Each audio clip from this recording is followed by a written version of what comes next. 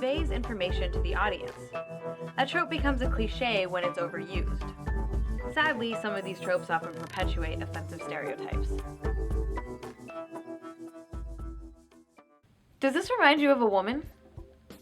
How about this one? Or that one? Yeah, me neither. But somehow these insects have become the inspiration for a whole trope of sexy female characters.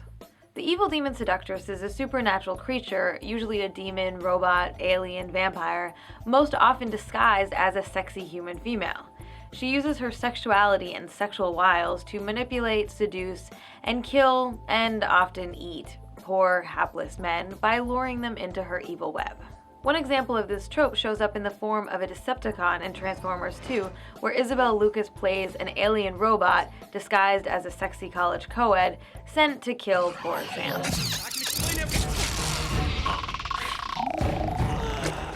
Then who can forget back in 1995 when Natasha Henstridge starred in the horror film Species, playing the sexy half-human, half-alien hybrid created by the US government. When the alien hybrid escapes into the real world, she sees that human women have babies, and therefore she wants one too. I want a baby. What? Excuse me? So she uses her sexual wiles to lure men in and uses her alien strength to kill them. And in the Batman universe, Poison Ivy is another example of the evil demon seductress. That feels so much better.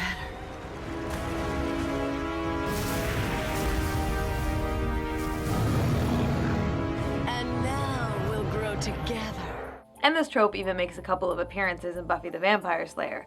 First, when Xander's seduced by his sexy teacher, who really happens to be a giant praying mantis. Hey, I think it's Meanie, Miney. And then again in the last season when performer Shanti seduces Xander. It can't just keep happening that demon women find me attractive. There's gotta be a reason.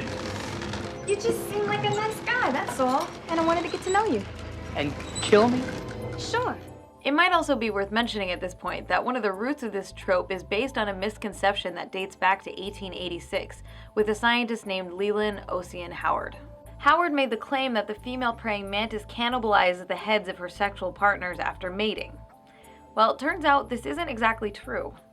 New scientific research found that the vast majority of female praying mantis species do not, in fact, kill their mates. So back to this trope.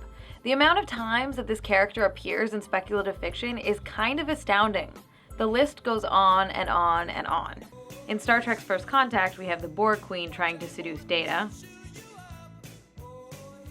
Keanu Reeves is taken advantage of by the Brides of Dracula. And then, some years later, in Buffy the Vampire Slayer, Giles meets these three sisters. In the science fiction show Farscape, there's the villain Grayza with her enchanting body sweat. There are the evil mermaids in Pirates of the Caribbean 4, and Mystique in X-Men often fulfills this trope. In the opening scene of Battlestar Galactica, we meet a human-looking Cylon woman who seduces and kills a man. Men in Black 2 stars a shape-shifting alien who disguises herself as a Victoria's Secret model, and Megan Fox as a man-eating demon in Jennifer's Body. Alright, we get the idea. It's everywhere. And you'll notice that there's variations of this trope between mermaids and sirens and vampires, and their expression of supernatural evil seductress varies. The basic characteristic remains the same. They're using their sexuality as a weapon. This trope is closely connected to its counterparts, the vamp, the Black Widow, the femme fatale, which are human women using their sexuality to manipulate men. Here I'm only focusing on supernatural creatures, but you can see how insidious this trope has become in popular culture. Let's dig a little deeper into what this means. We have a whole collection of supernatural creatures using their sexuality to manipulate and control men in order to fulfill some nefarious plan of doom. You'll notice that these supernatural creatures are not necessarily enjoying or exploring their sexuality. They're not even really being genuinely sexual. They're just using it to manipulate and trick men. So we see over and over again female characters written as the evil demon seductress, who are portraying women as manipulative, conniving, and controlling, that these demon women always have ulterior motives, and that their sexuality is dangerous. And they'll probably bite your head off. The harmful misogynist myth that this trope reinforces is that women primarily use their so-called sexual power as a way to manipulate, trick, and control men. This fallacy is widespread and pervasive, and some men even claim that women hold more power in society based on this absurd myth. Thank you, Hollywood, for encouraging and promoting sexist thinking. So what do Hollywood, male viewers, and even female viewers to a lesser extent get out of the evil demon seductress trope? While Hollywood is in the business of selling the status quo, they use these characters to appeal to a male demographic. When an evil demon seductress is on screen, men get to objectify her while having these sexist preconceived notions reconfirmed that women are in fact manipulative and deceitful. And there is a danger of real women internalizing this sexist myth.